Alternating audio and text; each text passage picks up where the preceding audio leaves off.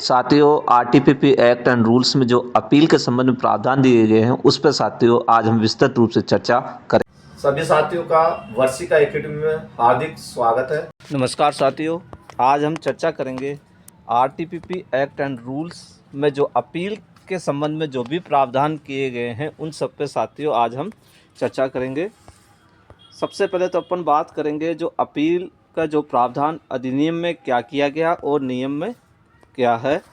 तो मैं आपको बता देता हूँ साथियों, अधिनियम इट मीन्स एक्ट में दिया गया धारा 38 से 40 और धारा 43, ये दो चीज़ें हैं जिसके अंदर अधिनियम में अपन बात करेंगे।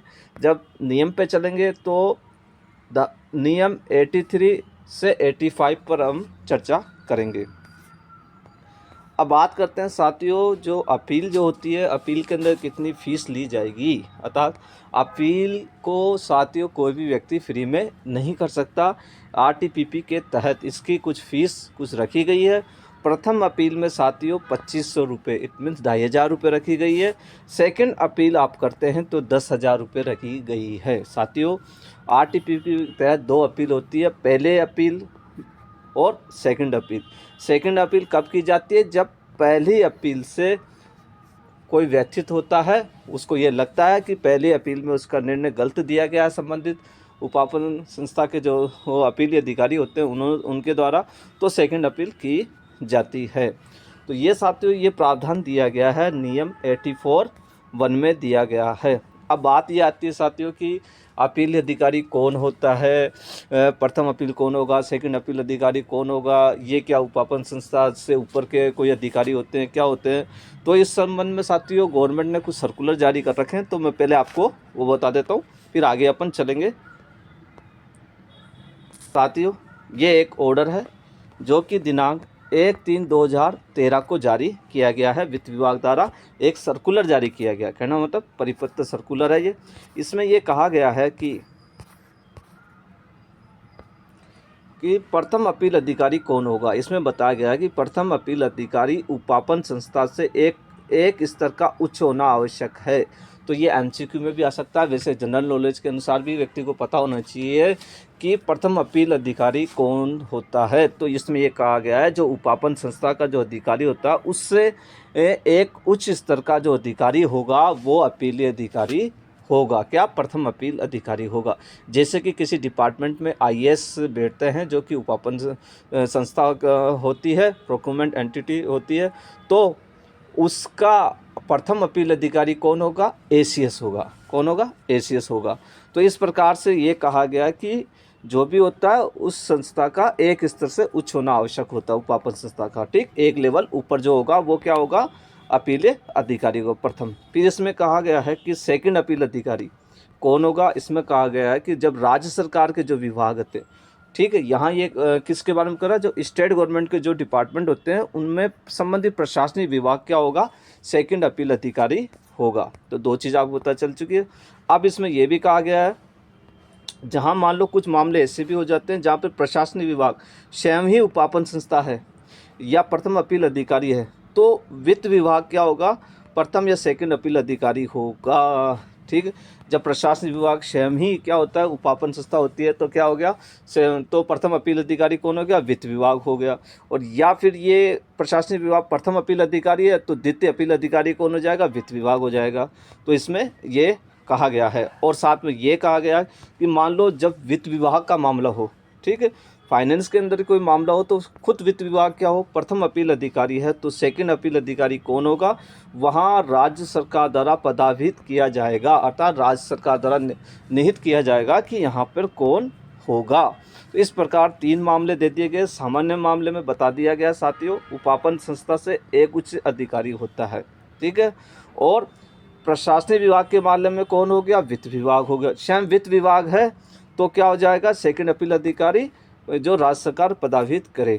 इसी के संबंध में साथियों ये राजस्थान सरकार ने दिनांक 21/12/2016 को एक सर्कुलर और जारी किया गया है इसी के संबंध में। तो इसमें ये कहा गया है कि यहाँ बात की जाएगी जब पद रिक्त होता है, तो ठीक है। इसमें यह कहा गया है कि जब किसी अपील अधिकारी का पद रिक्त होता हो या उसके पास कोई अतिरिक्त कारोबार नहीं होने की स्थिति में पद समाप्त हो गया हो। तो कहने का मतलब यह है या तो पद रिक्त हो या पद समाप्त हो, उस परिस्थिति के अंदर कौन अपील अधिकारी होगा और किसको पावर है। तो इसमें कहा गया है कि उस ऐसी स्थिति में उपापन संस्था का दायित्व दिया गया है कि वे तत्काल सक्षम अनुमोदन प्राप्त कर प्रथम या द्वितीय अपील अधिकारी जैसे भी स्थिति हो निर्धारण करेगा।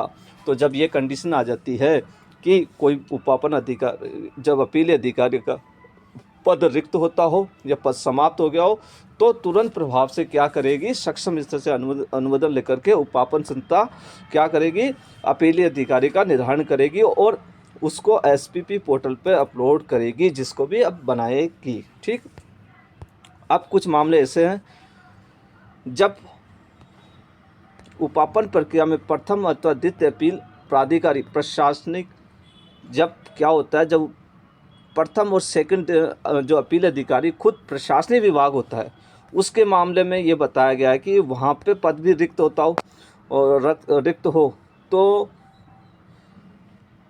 वहाँ पे क्या हो गया, शासन सचिव वित्त विभाग ऐसे मामले में क्या होगा, प्रथम या द्वितीय अपील अधिकारी होगा। तो इसमें भी ये बता दिया गया है कि यहाँ वित्त विभाग का अर्थ क्या लगाया जा रहा है साथियों, जब प्रशासनिक विभाग खुद होता है तो शासन सचिव वित्त बजट होगा।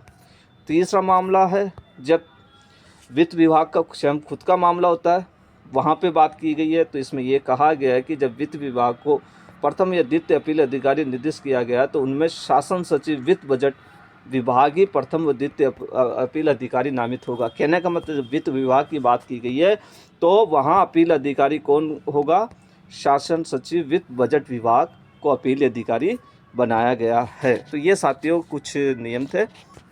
अब अपन चर्चा करेंगे साथियों कि जो अपील है, अपील का जो निर्णय होता है वो कितने समय में होना चाहिए। ठीक है, अपील को कितने समय में डिस्पोज करना चाहिए, उसका निपटारा कब कर देना चाहिए। तो साथियों इसके अंदर ये कहा गया प्रथम अपील को 30 दिन में निपटारा कर देना चाहिए, अर्थात उसका जजमेंट, उसका निर्णय कर देना चाहिए।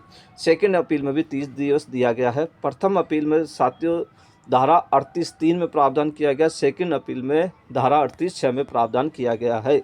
परंतु द्वितीय अपील ये जरूरी नहीं है कि साथियों वो 30 दिन में ही निदान हो जाए। अगर समय लगता है तो उसका कारण अभिलिखित करना होगा।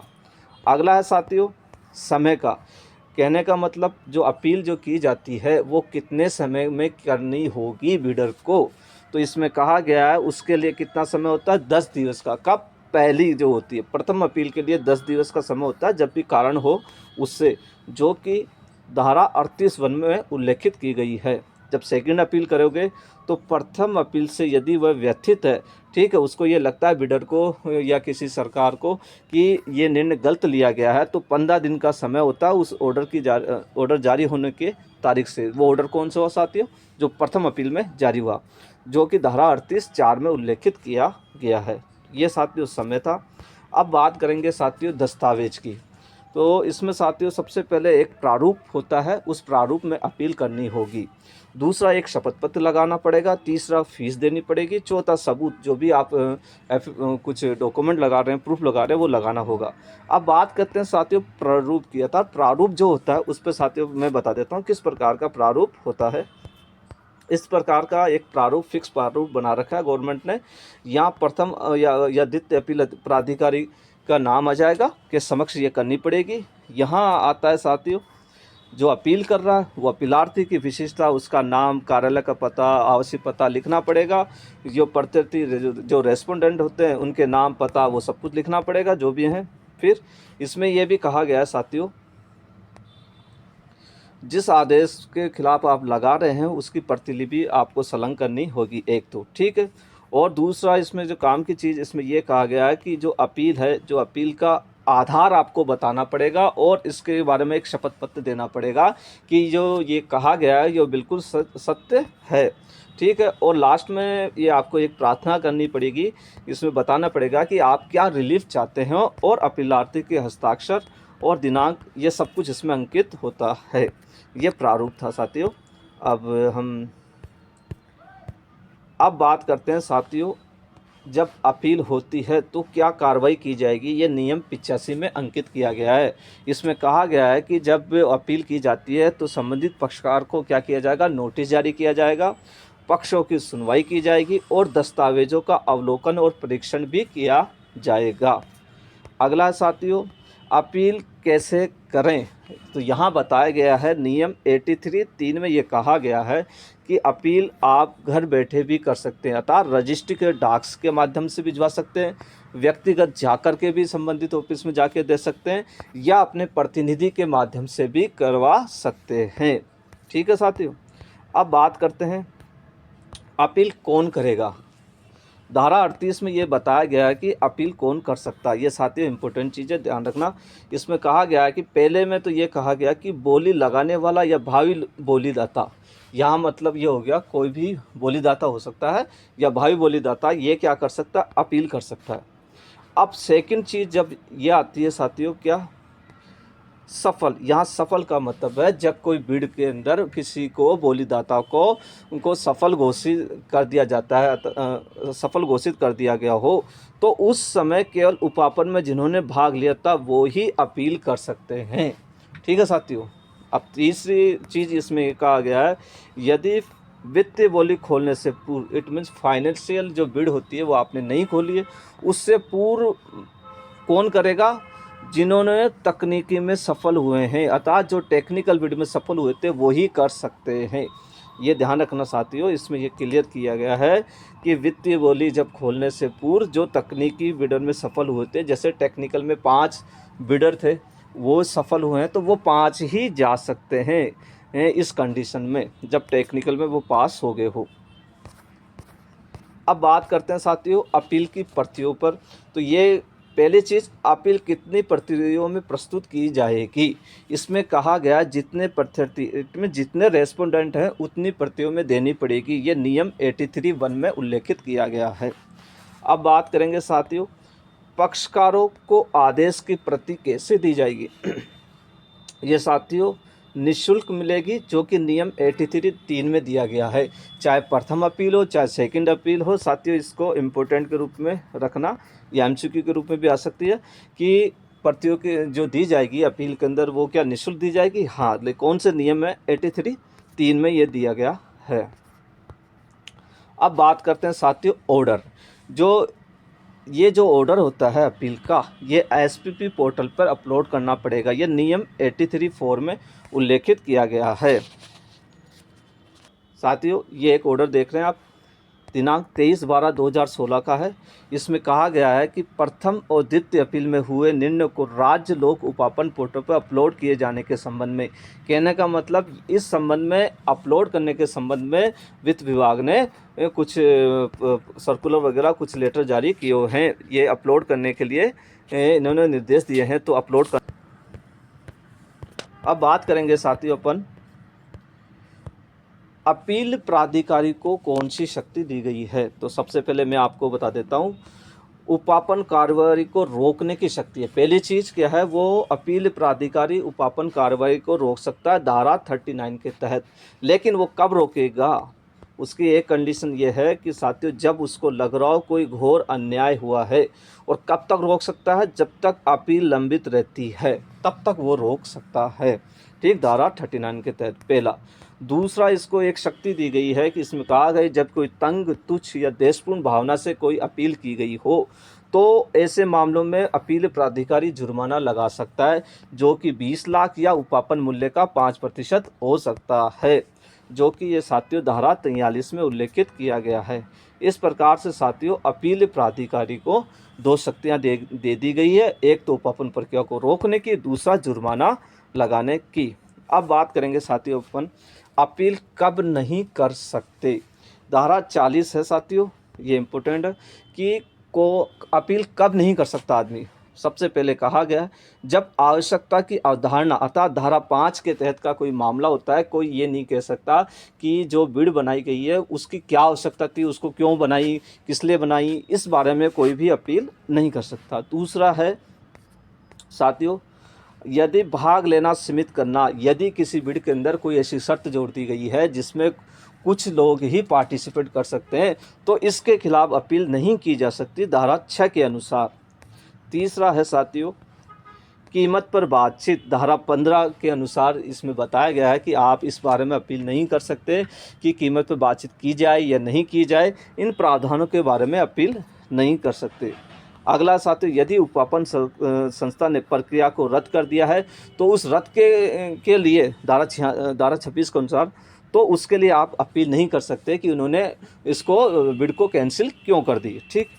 अगला है साथियों, जब कोई गोपनीयता का मामला होता है धारा 49 के अनुसार तो भी आप क्या कर सकते हो, अपील नहीं कर सकते। तो ये कुछ प्रावधान दिए गए हैं जिसके खिलाफ कोई भी बिडर अपील नहीं कर सकता साथियों। और यदि साथियों ये मेरा वीडियो आपको अच्छा लगे तो लाइक और सब्सक्राइब अवश्य करें।